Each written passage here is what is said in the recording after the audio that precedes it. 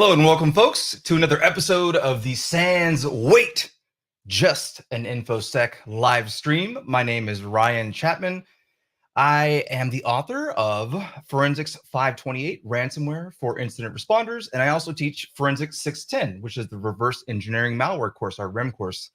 This is my, I think, the fifth time hosting this series. I'm extremely fond of this series. If you can't tell, I get really excited. So I really like to see where folks are coming in from. So if you can just kind of drop in the chat, whether you're on YouTube or LinkedIn or elsewhere that I'm not aware of for whatever reason, like, where are you coming from? Are you in the United States? Or are you in, oh, look, we've got South Africa, we've got Colorado. Like, just pop some notes in there. I'd love to see some interaction. Norfolk folks in the house. Hello, hello, hello. We've got another great episode for you today. We are going to have, of course, Michelle and Thomas with our News Bites segment. They're going to keep you abreast of the things that are happening in the security realm, because as we all know, security is an ever-evolving creature, if you will. And if we're not always staying on top of what's what, we might get got, and we don't want that here at Sans, of course. We'll have another question of the day, of course, for you to answer via Slido. More on that coming up. We're going to have a promo for our Cyber Defense Initiative, our CDI event, which is very special to me. I'll explain why coming up. And then we have our feature segment, with Mr. Brett Callow, who is a threat analyst over at Emsisoft.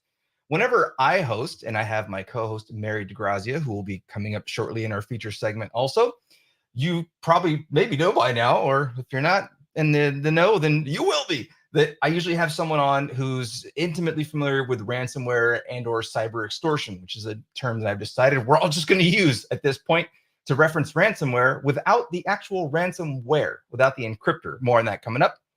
So we are also going to have a moment to kind of reflect on and talk about the STMIC, the Share the Mic in Cyber initiative, which is also very near and dear to my heart. Again, more on that coming up.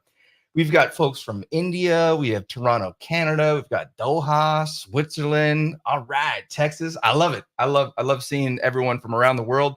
Feel free to ask questions as we go throughout. Sometimes we get a little carried away and don't have a ton of time to answer all the questions, but I will do my best. We will do our best to answer them either during and or after the show. So if you're on via YouTube or LinkedIn, we'll check those out. All right, so the first thing that we're going to do here is we're going to transition over to our News Bites segment. So we're going to say hello to Michelle and Thomas. They're going to give us some updates, and here we are. Awesome. Thank you. We'll see if my dog will be quiet for this News Bites edition. So I'm editorial contributor Michelle Peterson here with my colleague Thomas Wolf for another Sans News Bites segment. So let's just jump right in, start discussing. I will start. You may remember there was a ransomware attack that hit MGM a few weeks ago now. For an update on that, there was filing with the U.S. Securities and Exchange Commission in which MGM Entertainment disclosed that the ransomware that we had covered previously has cost the company more than $100 million so far. MGM also said that the attackers stole customer data, which includes passport and social security numbers. So not looking good. Next story that I have that I want to touch on is the story that some Android devices actually contain pre-installed malware. A cybersecurity research team has found that nearly 75,000 Android-based mobile phones, tablets, and TVs across the globe are being shipped with the Bad Box and Peach Pit Trojans pre-installed. And it seems to be an issue with cheap knockoff brand streaming devices that are running Android. And Bad Box is particularly nasty. Once a compromised device is connected to a network, it immediately connects to a command and control server. The solution is seemingly simple, but is probably more complex when you consider how ubiquitous knockoff brands are these days on sites like Amazon. But the solution? Just don't buy knockoff crap. Over to you, Thomas. Definitely good advice. Thanks, Michelle. Okay, the story that I'm following this morning is a new report that was just released by Amnesty International about the surge of the Predator spyware. And it's being called an industrial scale operation, which is interesting. What most of us probably know is Predator is a mobile spyware developed by a company called Intelexa, I believe is its pronunciation. It's been found in at least 25 countries across Europe, Asia, Middle East, and Africa. It's a highly invasive surveillance product. It's commonly used to target human rights, environmental, political activists, journalists. The report details 5 pieces of technology that Intelexa provides its customers, from a network injection tool called Mars and an add-on to that tool called Jupiter. These both allow network injections, the latter, Jupiter, allowing an injection into HTTPS requests, which is wild. Other tools listed are Triton, which targets Samsung devices, and then Spearhead, which is a suite of Wi-Fi interception tools that can be paired with another tool that can allow geolocation of the target, interception of traffic, payload delivery. Very, very sophisticated tools. Intelexa actually bundles these products and offers 12 months warranties. They're usually directed at governments and law enforcement agencies across the globe. And I suggest everybody interested in privacy and cybersecurity to check out the Amnesty International report. I'm sure there's going to be some more interesting stories on this to come as well. And that's our news bites for this week, folks. So just remember, if you'd like to get more critical cybersecurity news and commentary from some of the sharpest minds in InfoSec, check out our SANS News Bites newsletter. It's a twice weekly summary of cybersecurity news, sans.org/newsbites. Thanks again. I'm your host, Thomas Wolf. Thanks, Michelle. And back to you, Ryan. All right. Thank you very much. Did everyone hear that dollar amount? $100 million thus far. That's not a final number. That's just an ongoing number.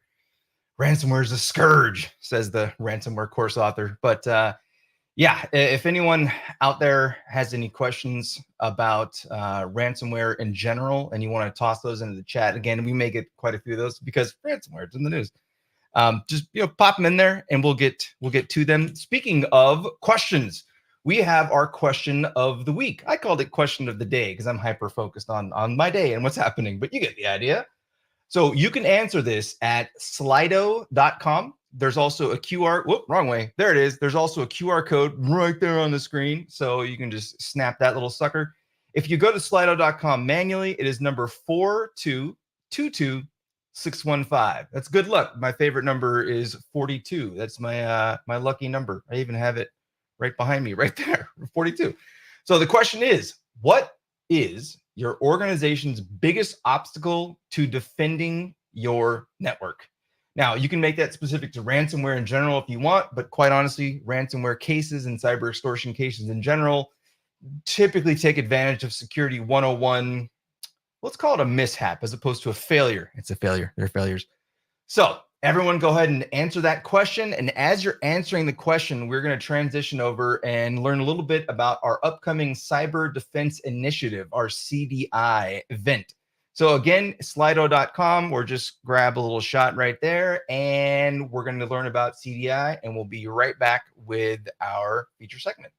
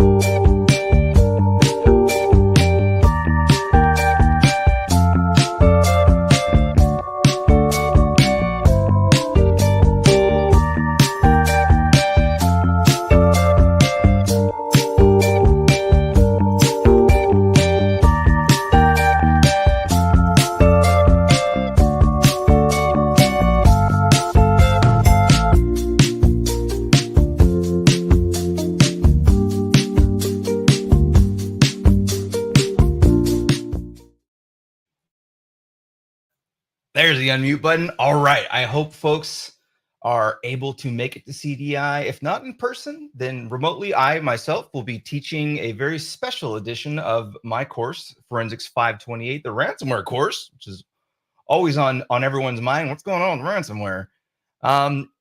CDI is very special to me, and that is because back in 2019, CDI was the first place where I actually taught for SANS. I got to teach the reverse engineering malware course, our Forensics 610, for the first time in 2019 at CDI. I still have one of the little shirts that says faculty on it. And I was like, yeah, faculty. Look at me go. All right. So what we're going to do now is invite my wonderful co-host for our feature segments, Mary DeGrazia, onto the stage. Hey, Mary, how you doing? Hello. Good. I can't believe they didn't show Ice Cream Day. That is, I don't know about you, right? But Ice Cream Day at a SANS event is on the last day. And that is one of my favorite times because everybody, we all fight for that ice cream and to get our students out to the ice cream as quick as we can. I take my breaks like 10, 15 minutes early. I'm like, go get in the line. Oh, yeah. Go, you it's make serious the line. business. It's serious business. For sure. Well, tell folks what you're up to these days. Mary is an instructor for our Forensics 500 course, among others. What you up to? Yeah, I am just out here in sunny Arizona, looking forward to Halloween. I'll be out in Florida teaching next week. I'm also at Zero Fox as the Director of Incident Response. So happy to be here co-hosting with you today, Ryan. Awesome. Appreciate it. For anyone who hasn't seen us co-host before, Mary and I go back, I don't know at this point how many years. Local conference in our area called Cactus Con that we've both been involved in for I don't know how many years now. So always great to have you on. Thanks for being here. Speaking of great to have someone on, we're going to invite in now Mr. Brett Callow. Can we get Brett onto the stage? Yeah. What's up, Brett? Good morning, everybody. Brett, where are you located? Ish. You don't have to geo-pinpoint yourself. What's that? Vancouver Island. All right. West Coast, where it is still dark and the sun has not yet risen. Oh, mine's just coming up now. So Brett is a threat analyst with Emsisoft. And in my course in 528, which Mary also teaches, by the way, we have a number of references to Emsisoft, including, I believe I have a quote, if not two quotes of yours. By the way, Brett, I don't know if you know that, but I do. So it's great to have you on. We always have on folks who are just pillars of the community when it comes down to it in the ransomware realm. So Brett, you're also an advisory board member of the Ransomware Harms Project. You want to give folks a quick little intro to yourself?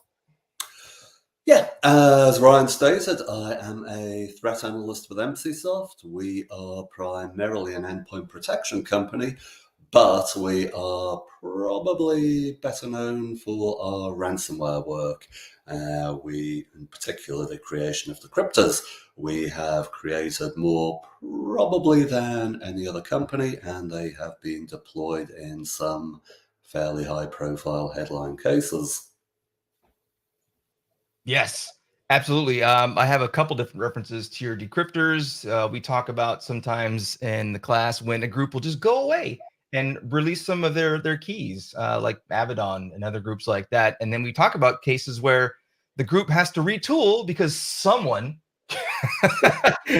comes up with a decryptor. And oftentimes it's because they decide to roll their own crypto, and maybe we can get into that a little further. But Brett, thank you for joining. If we can bring the question of the day onto the screen somewhere and fit it onto the board here, let's see, what do we have? So Mary, I'll let you start off. What catches your eye there? The leadership buy-in, that is one that I, coming from an IT background myself originally, crawling underneath desks, working on printers, sometimes the security is just not seen as something that generates income for the business. And so it doesn't always get a high priority. I remember working a case once and showed up, and it was actually, our second or third time working with the client, and they're like, oh, we're not getting our bonuses again this year because we suffered a breach. And I was thinking, gosh, that's just terrible, because every time there's a breach, you give recommendations, you say what needs to be done, and then unfortunately you have to get that leadership buy-in in order to implement some of those things. And I just remember thinking, like, that is such a bummer. These people are working so so hard. They want to defend their networks. They're not going to get their bonuses again, but they want to do the right thing, but they're just not getting that buy-in. So unfortunately, that is something that we see a lot of in this industry. I could really relate to that. Definitely agree with that. I recently presented at the SANS Healthcare Forum a couple weeks ago, I think it was. And one of the big things we're trying to let folks know there is, patient care is utmost in healthcare. I mean, duh, right? And yet patient care is security, and security is patient care. So we're trying to get across. Brett, looking at the items on the slide here, what tickles your fancy? What's something you'd like to reference? Leadership buy-in is absolutely critical in security, and without that, it is really impossible for things to move forward. And that has historically been a challenge. It's not a moneymaker, as already been said, and we need to try and devise ways to overcome that challenge.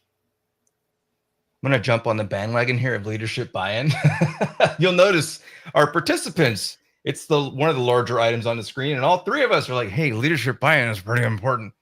I think I've seen numbers where it's like, 4% of the IT budget will be spent on security.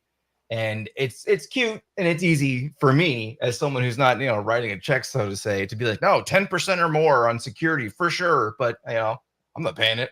But at the same time, like, jokes aside, it's critical. And so many ransomware cases occur because of security 101. I'll just say it, failures. Oftentimes it's a security 101. What's security 101? Well, when you look on the screen right now, some of the other items we have here are the human risk. A lot of those can be due to just straight up phishing or other types of social engineering, including smishing, SMS-based phishing. You have incorrect configurations. A lot of times you'll have horrible configurations in an environment, and those aren't necessarily something that someone is doing purposely wrong. It's usually a mistake, right? An error, if you will. And then you've got patching. That one, oh my goodness.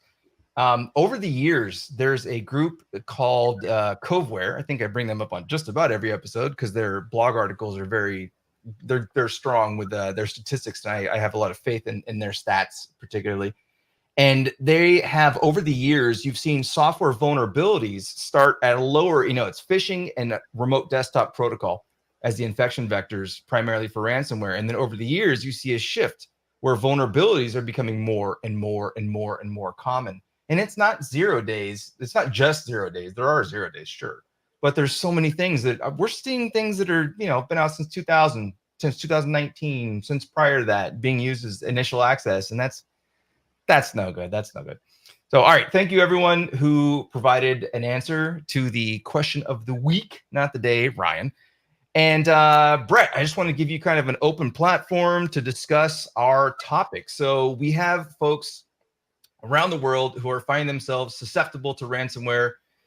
Unfortunately, I work, for anyone out there who doesn't know, I work incident response. So my job is to come in along with my team when the things go bad and we say, oops, let's fix that, and we do our best job, but there's still usually very, very big prices to pay, both emotionally and financially and so on and so forth. So Brett, what do you think are some of the most difficult things that folks are kind of facing in terms of defending their business, or for that matter, what are they not doing that they could be doing better? Yeah, rather than talk about that, I would like to address things that we could and should be thinking about at a policy level, because I think defending our way out of the ransomware problem is always going to be extremely difficult. I'm not sure that we can ever really achieve that. We can certainly improve our defensive posture overall, but I'm not sure that is going to ever be good enough to get us out of the ransomware problem. To do that, we need better policy measures. And I think the starting point here is to acknowledge that our current counter-ransomware strategies aren't working. The problem is not getting any better. If anything, it's getting worse. Incidents appear to be up, ransomware payments appear to be up, And that is very bad news. I suspect that ransomware operators at this point in time are more constrained by their own resources, or lack thereof, than they are our defensive mechanisms. And they are getting better resourced all the time, which is very bad news. So how do we actually find our way out of the problem? I think that's key to this discussion. Oh, you absolutely sold me, and I 110,000%, a little carried away, agree that I don't believe ransomware is ever going to be completely thwarted or go away. It's I personally believe it's going to be a thing where they always adapt, and people are like, just get rid of crypto. Well, first off, that's not going to happen. But let's just say that it does, right? They'll move to bag drops. They'll find a way to receive payments, and yeah, I'm with it. So when it comes to policy, what recommendations do you have? Okay, I think the starting point is to think of this as less of a individual problem at the organizational level and more as a climate change like collective action problem. Solving it requires everyone to do the right thing. And the right thing is not paying the cyber criminals as much as possible. I think the starting point for policy needs to be whether ransom payments should be restricted. At the moment, companies can largely pay them at will, and there is always considerable opposition to restricting companies' ability to pay ransoms. But we do already have precedent for this. OFAC places restrictions on who can pay ransoms and when, and there are restrictions at individual state level. North Carolina and I think Florida both prohibit public sector bodies from paying ransoms or even speaking to the cyber criminals. So can we extend that? Should we extend it? I think serious consideration needs to be given to limiting companies' ability to pay, especially where they have other means of recovery available to them. Paying a ransom to get a pinky promise from the bad actor that stolen data will be destroyed, for example, seems foolish. That's really quite irrational in my opinion. And similarly, paying because it may be the cheapest recovery option or perceived to be the cheapest recovery option isn't necessarily the right decision overall. To tackle ransomware, we need to limit the amount of money that's going into that ecosystem. And that does mean cutting down on the amount of money that's being paid. Yeah, I think you bring up a great point too. Another one that comes to mind is brand reputation, right? They don't want their brand getting a bad name because of what happened. And that to me, sometimes you got to think about that reason too. It's like, well, you did get compromised. Is that really a good reason to kind of keep this cycle going, is just to protect your brand? I think you bring up some really good points there on, when is it really necessary to make that payment? Yeah, I also think that we need to expand reporting requirements. At the moment, we really don't have good visibility into whether ransomware is trending up, whether it's trending down, what the costs of it are, or even why attacks happen. When the FBI disrupted the Hive operation, they were able to see victims appearing in the system, and they were obviously able to tie that in with the reports they were getting from those victims. And only about 20% of people who were dealing with Hive incidents actually reported those incidents. So that means we really have very little visibility into what's going on. And without that visibility, how do policymakers know whether their strategies are actually working? That's a scary figure, to be honest. I had to breathe for a second. 20%. No. We talk about oftentimes that speaking to threat actors could be barred, right? Speaking to threat actors in the initial days of like ransomware as a service was more of a public thing because it was very open. The chat communication channels and systems that they would use, which were often on their data leak sites or their blogs, were open, like open, and you could just see the various chats. And then they started doing things like protecting them with, something as simple as a passcode phrase, a hash, oftentimes, whatever it might be. And then now they're privatizing that a bit more, if I can use that term. And it's worrisome because anyone out there who comes to me and says, hey, what's going on with ransomware percentages? What's going on with payments? What's going on with attacks? I always have the, where do I go find the statistics? I always have the answer of like, look, wherever you go, wherever report you look at, you're going to see that report through the lens of the reporting agency, right? If my day job writes a report, if Emsisoft writes a report, you may have these, large, like a wide breadth of data that you have available in your pool, if you will, and you can report on that. Awesome. But no one has an answer as to the actual numbers. It's not a thing. It doesn't exist. And that's what bothers me. So to hear, I didn't know that, by the way, that the Hive, the correlation between reporting versus like what they're seeing like actually happened was 20%. That's scary. 1/5? Ooh. What if that's the same amongst all ransomware groups? I mean, even half, even only 50% is bad. When you have something like a public entity or financial entity that's tied to like SEC reporting and filing, that's very different. You have certain levels that are required to be reported and losses that must be reported. And then you have many other, I don't know how many times I've worked with just like a small healthcare facility that's not even 100 employees and sometimes 1 to 10, or a dentist office or something that's hit by a decent sized name, I don't want to say big name, but whatever, ransomware group. And that's very, very worrisome.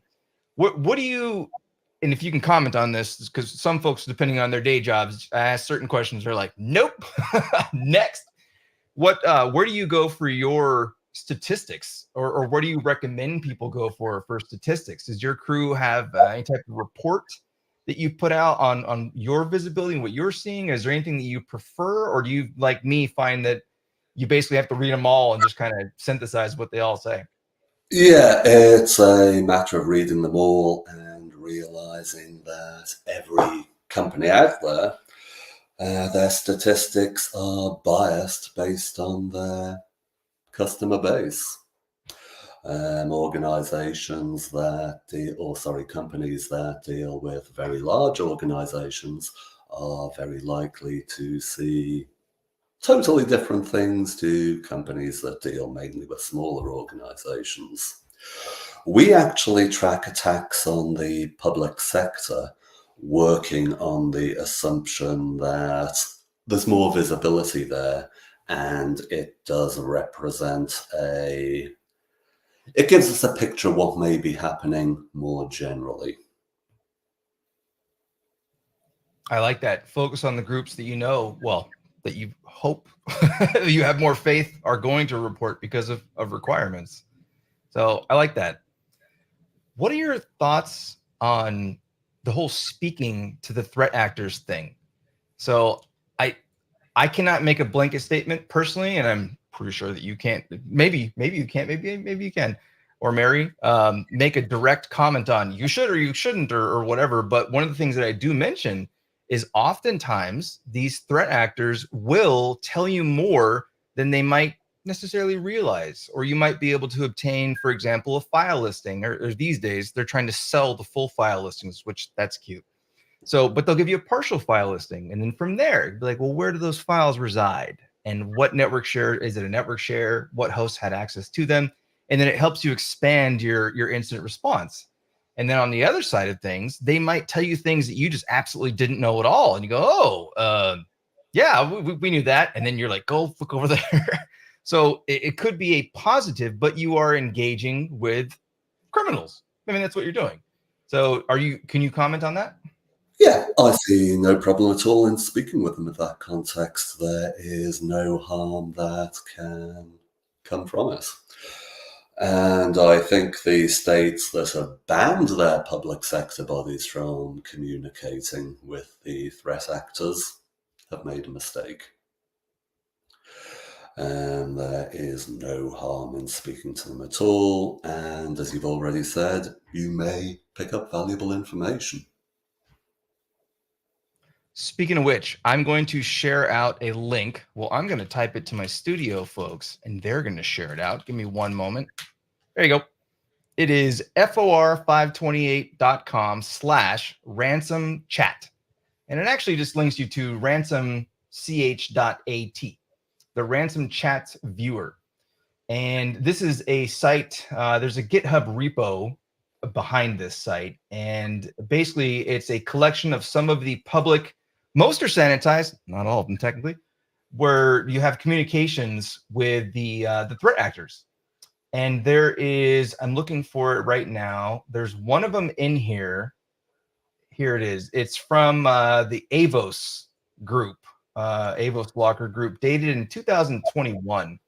I don't want to screen share the actual site, by the way. I do just want to mention that in here, the threat actors often state if you pay them, that they will give you a report on how they got into your environment. I've seen many of those reports, and I'll just say right now, like, okay, cool story, like, whatever. This particular one, though, if you do go to the site and you go to Avos, down towards the bottom, it looks as though maybe this particular victim did pay, because they give a breakdown of the things that they should be doing in their environment that they're not. And it is by far the most succinct, like, best little example, where they're talking about you should only have 2 to 5 administrator accounts and start with 2 users and force your users to use privileged access management. Use the protected users group. I tell that to every single one of my clients. I'm like, you're using protected users like right now? No? Okay, go do that right now. Put all of your accounts in there, right? The IT service accounts, administrator accounts, and things like, put that in there now while we're talking. They talk about taking out NTLM v1. They talk about CRED SSP. They give examples of patches to put into place. Everything in here is actually covered in my class. And I saw this and I was like, well, that's great. However, that's it. This is supposedly if you pay them, right? You're not going to get that level of like, here's how to protect yourself if you don't provide the ransom. And I'd like to go back to what you were saying on limiting abilities to pay. If we lived in a perfect world, we just wouldn't pay them, right? We did a debate here at SANS a couple years ago now, and it was to pay or not to pay was the name of the webcast. It's on YouTube. And I got to play the debate the side of never pay. And I was like, yeah, don't pay. Just don't pay. If no one ever pays them, they'll go away. Done. Problem solved, right? But of course, we don't live in that perfect little world. So, Mary, what are your thoughts on general reporting stats you see out there, abilities to pay, learning from the actors? What do you think? Yeah, so a couple of things I kind of wanted to talk about. And Brett, you'd mentioned, that there's never any harm in talking to them, but I definitely think there is an art. There are companies out there that specialize just in doing negotiations. I know I was thinking about going to buy a new car and I'm terrible at negotiations. There's definitely a strategy that, you need to take to the threat actors. A lot of times when we work with companies, they'll be like, okay, what are reasons, that we're going to take to them? You can tell that some of the threat actors that you negotiate with or talk to are more on the lower side of the food chain, if you will, and don't know as much. And, they're constantly having to go get their information in other places. So I am just always fascinated when I see some of these dialogues and the way that some people are able to talk to them and pull information out of them, in a really good way. And, Ryan, I have seen some of those reports as well. And I know on my end, when I author reports, we're taking that time, we're putting it through peer review. Everything that we put into report, report we know is solid and good. And, sometimes we read these reports and the clients will be like, I don't know what they're talking about. We don't even have a system with that name, or, that does not sound like it's coming from our environment. So sometimes I'm wondering if they're just doing the old copy and paste with their reports. And they're like, here's a report for you. And it's, someone that they ransomed in previous, months, or a previous encounter. And I do think, that debate on whether or not to pay, that's a tough one. And I think we know where we need to get to, but getting everybody on board to do it, that is going to be a real challenge right there. Brett, let's go back to the policy general topic. You already had something to say. Go for it. Yeah, you mentioned ransom chats, and I think that is a great resource. Far too much of ransomware response happens in the shadows. It's compartmentalized, it's wrapped up in attorney-client privileges, disclosures, the messages massaged by PR firms. Organizations go to great lengths to conceal their incidents, to conceal why they happened, to conceal every aspect of the incident. And we need to find ways to change that. We need to drag these things out into the open so that everybody can benefit from that knowledge. Negotiators, we need far more visibility into what they do. That industry possibly needs to be regulated, and they are firms that can send large sums of money anywhere in the world with very little oversight. That needs to change. We need to know what they're doing. We need to know how the negotiations take place.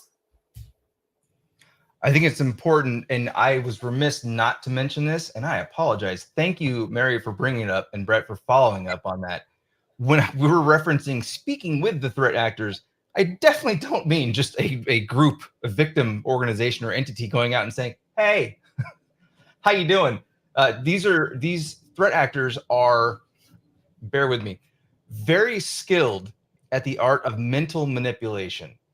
And at the same time, it may be that they're just really not skilled. They just don't care. And they go for the throat. And it is an ugly situation. Many firms who offer negotiating services, and if you have, for example, cybersecurity insurance, then you would go through them. They would provide you with a particular group to facilitate those communications. And those groups are really, really good at reading the room, if you will, and understanding what to actually say and what not to say, absolutely not to say. And of course, anything that is stated in any way, shape, or form when communicating with a threat actor, consider that public. I said, oh, it's privatized now. Well, hold on. If you say something silly like, well, we only have so-and-so money, but that's because the company was going to sell this next week, but no one knows about it. Like, don't do this, because they will just leverage that and then hold that over your head, as a ransom. So wanted to make that clear. As far as policy, I find that even when we have stronger policies in terms of just say technical policies for the inside of the house, if you will, we will not have RDP facing the internet exposed. Or if we do, it'll be locked down by a firewall rule that specifically states the following: the accounts that can be used, the IPs that can be egress from, and these things, right? That's great to have policy on paper. Like, that's cute. We say paper. There's not really on paper anymore these days. You can have a policy, but following that policy and a technical ability to restrict or to maintain adherence to the policy, that's important. Just on the technical side. And then you have the non-technical side. Brett, what are your thoughts on organizations who say we implement some of these abilities or restrict some of these abilities to pay, but yet folks just go, well, that's just another $100,000 fine. I'm already paying $7 million. Might as well just pay it, kind of thing. What are your general thoughts on some of those? I don't think that's a particularly valid argument for restricting ransom payments. We have laws, and those laws gets broken. We don't not have laws because we know they're going to be broken. And the same thing comes into play with regards to any restriction we were to place on ransom payments. Some companies would ignore the law, most wouldn't. I like that. On top of that, anyone who does, should additional restrictions come into play, who does ignore and break the law, again, keep in mind, you are interacting with criminals, right? I mean, going back from the old school kidnapping that really started getting big in the 70s and 80s kind of thing for international travel, you pay someone extortion fees. What can you expect in the future? To pay additional extortion fees, right? So if you were to break that rule and you were to make those payments, then you could be, oh, by the way, now we're just going to tell them that you paid us. You got to pay us again. And who wants to deal with all that? So we have a couple minutes left. Brett, we really appreciate you coming on the show. If you would like to just kind of have a little platform here, what would you like folks to know about you, about what you've got going on, anything coming up, in your schedule, your dance card? What you got going on? Very little, actually, at this point in time, and I have nothing particularly interesting scheduled at all for the next few months, which actually makes a fairly nice change. I will be able to hopefully relax. Knock on wood. Shouldn't have said it. People are going to ping you after this now and be like, "You want a keynote for us?" You're like, "Oh, all right." I said I was free. You go, I'm busy. I'm super busy. That's not what you told Mary and Ryan. That's not what you told Mary and Ryan. Okay, we have in the chat flowing since we began to connect with Brett on X. I'm still not used to X. I'm like, what's X? Oh, the old Twitter. That's right. Brett at Brett Callow, and then on LinkedIn, basically Brett Callow. So it's on the in the chat there for folks that are watching. Brett, any final words? No, I'd simply like to say thank you for having me. It's been fun. Awesome. It was great to have you. Really appreciate you, and I will follow up with you. Mary, what do you have going on? Anything? I guess you already mentioned. What's your class coming up soon? Can you talk about that? Yeah, I will be out in Florida, which is, very humid compared to being out here in Arizona. And I know I saw a couple people that are out here, so I know you're going to feel my pain. And then I'm going on a cruise for Christmas. So this will be my first time not being at home over Christmas, and I'm going to be on a cruise. And if you've ever taken any of my classes, I love playing bingo. So I'm looking forward to going to playing bingo on a cruise over the holidays. Very cool. All right. Thank you. So, both of you, much appreciated. Very, very much appreciated. We are now going to take a moment to hear from the Share the Mic in Cyber initiative with Nelson and Dushima. So we're going to pull that onto the stage, and I will float to the background.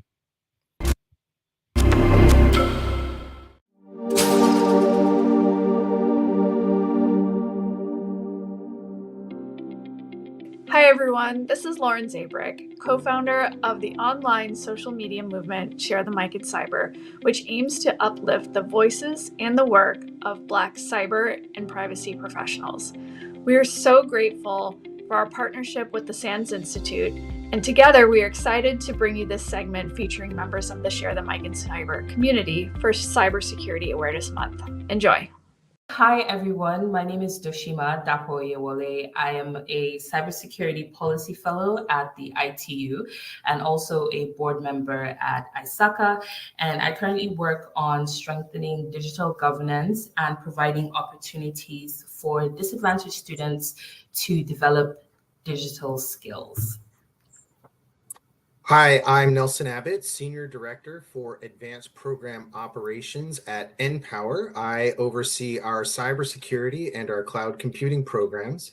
NPower is a national workforce development organization that help to connect underserved, underrepresented populations and military-connected folks to technology careers. There's a lot of discussion points around workforce development, and particularly in the cybersecurity space. As we know, there's over 660,000 open cybersecurity jobs, and there's a lot of challenges and obstacles to overcome, and one of those is certification. So some stats that we've compiled here at Empower, as you can see, is that cyber leaders really still value certifications, but they struggle to find certified and qualified talent.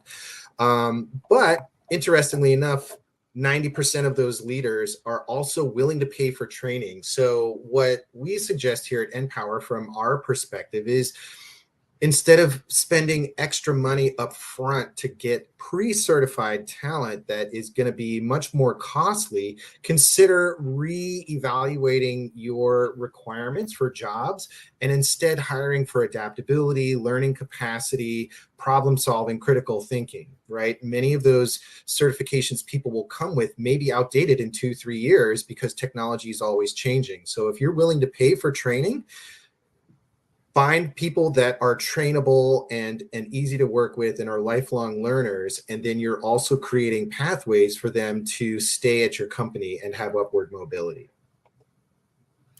Absolutely, I agree with you, Nelson. So earlier this year, I wrote an article for the ISACA Journal, and I was looking at creative ways that, students or candidates from non-traditional backgrounds can fund their certifications journey. Because whether we like it or not, there are lots of debates about it, but certifications are here to stay. And I think something that a lot of people don't realize and companies forget sometimes is that acquiring the right certifications can be quite expensive. Exams can cost well over $1,000. You need to buy books, you need to go on a training course. So if we do want to see a diverse pool of candidates, some of these costs are just really beyond their reach. And that's where one of the options that candidates can consider is looking for jobs that employers that are willing to fund these costs. So I think companies can do a lot more in being transparent about the training that they're able to offer, graduate schemes and apprenticeship schemes, and just finding a way for everyone to sort of meet each other halfway. Companies need candidates that are willing to go through these trainings, because some of these exams, like the CISSP, is like a 6-hour exam. You need someone who is willing to put themselves through the sort of torture to go through the training to be able to pass. So, and for people from disadvantaged or non-traditional backgrounds who might not necessarily know this, they just might not be aware that, hey, this is something that a company might be able to cover for me. Absolutely. And my experience working with our trainees in those populations that you referenced is that they are hungry to learn, right? So it's not like they're going to come in, learn their job and just do that. They want to keep advancing and learning new skills. So if you provide that opportunity, people are going to grab it. And I think also too is that there's a lot of free options out there. Our training programs here at Empower, free of cost, no tuition involved, just the time and energy and dedication. And there's lots of other organizations like Empower that offer free or low cost training options as well. Absolutely. I think aside organizations like yours, a lot of times people forget that you can actually earn some of these certifications in school. So things like looking at the course content for graduate degrees, even, courses that might be available at a community college, you might be able to pick up some credits that would be comparable with a lot of industry certifications. And a lot of times it comes at a reduced cost than, going to a training provider for training. So that's something that non-traditional candidates can also consider. Absolutely. And on that point too, we have been developing a lot of articulation agreements with local community colleges where we have locations. I know some of our friendly competitors in the space like Perscolis also have articulation agreements. So whether you're in college earning a certification or if you're in a certification program, there is that option to get college credits for that certification work. Empower, we are a source of diverse, non-traditional, certified talent. So if you or your organization are looking for that certified talent for early and entry-level roles, whether it's infrastructure, cybersecurity, or cloud roles, feel free to reach out to us on our website. We also have a lot of resources that can help folks to make their hiring, onboarding, and retention practices more inclusive to diverse and non-traditional candidates. Just to add to that, I would say that for both companies and candidates, you need to get creative about how you make yourself an attractive candidate or an attractive employer to, attract those applications from people who have, the soft skills that you may want that would complement the technical skills. If you are interested in creative ways that you can fund your certifications journey, you can follow me on LinkedIn. I share a lot of thought content about that, and also encourage you to join industry associations like ISACA. We also tend to share a lot of helpful information in the community as well. So thanks again, everyone, for tuning in today. And if to learn more about some of the partnership opportunities and resources that I mentioned, please follow me on LinkedIn. You'll see the link below in the banner. All right, awesome. The Share the Mic in Cyber overall initiative is very near and dear to my heart. I got to participate in the very first one, and that was a number of years ago now. And I just see a lot of love and support, and just propping folks up and letting people get their voices heard from the whole effort and everyone involved. And I think it's just fantastic. So that is pretty much the end of our show. I'd like to thank Michelle and Thomas for our News Bites segment. I'd like to thank the audience for participating in general and commenting throughout. I replied to some of the direct questions. If there's anything I didn't reply to, and for whatever reason don't reply to, feel free just to reach out on X, not Twitter, but X, or LinkedIn. Just if I'm around, just find me. For CDI, the Cyber Defense Initiative, if anyone out there wants to take remotely live online Forensics 528 ransomware for incident responders with me during CDI, let's do it. Little plug for my own class. And of course, a huge thank you to Brett Callow. Thank you, Brett, for coming on. It's been a while. I've been wanting to get you on here, and I'm glad that we got to do that. Brought up a lot of interesting topics today. And of course, to my co-host, Mary DeGrazia. Mary, thank you.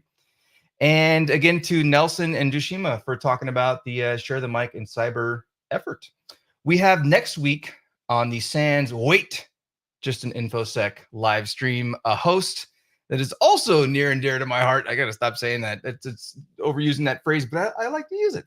Is Mr. Lance Spitzner. So I've worked with Lance a number of times on various efforts for SANS, and that should be a very exciting show. And until the next time I host the show, thank you again for joining, and I will see you all later. Bye-bye.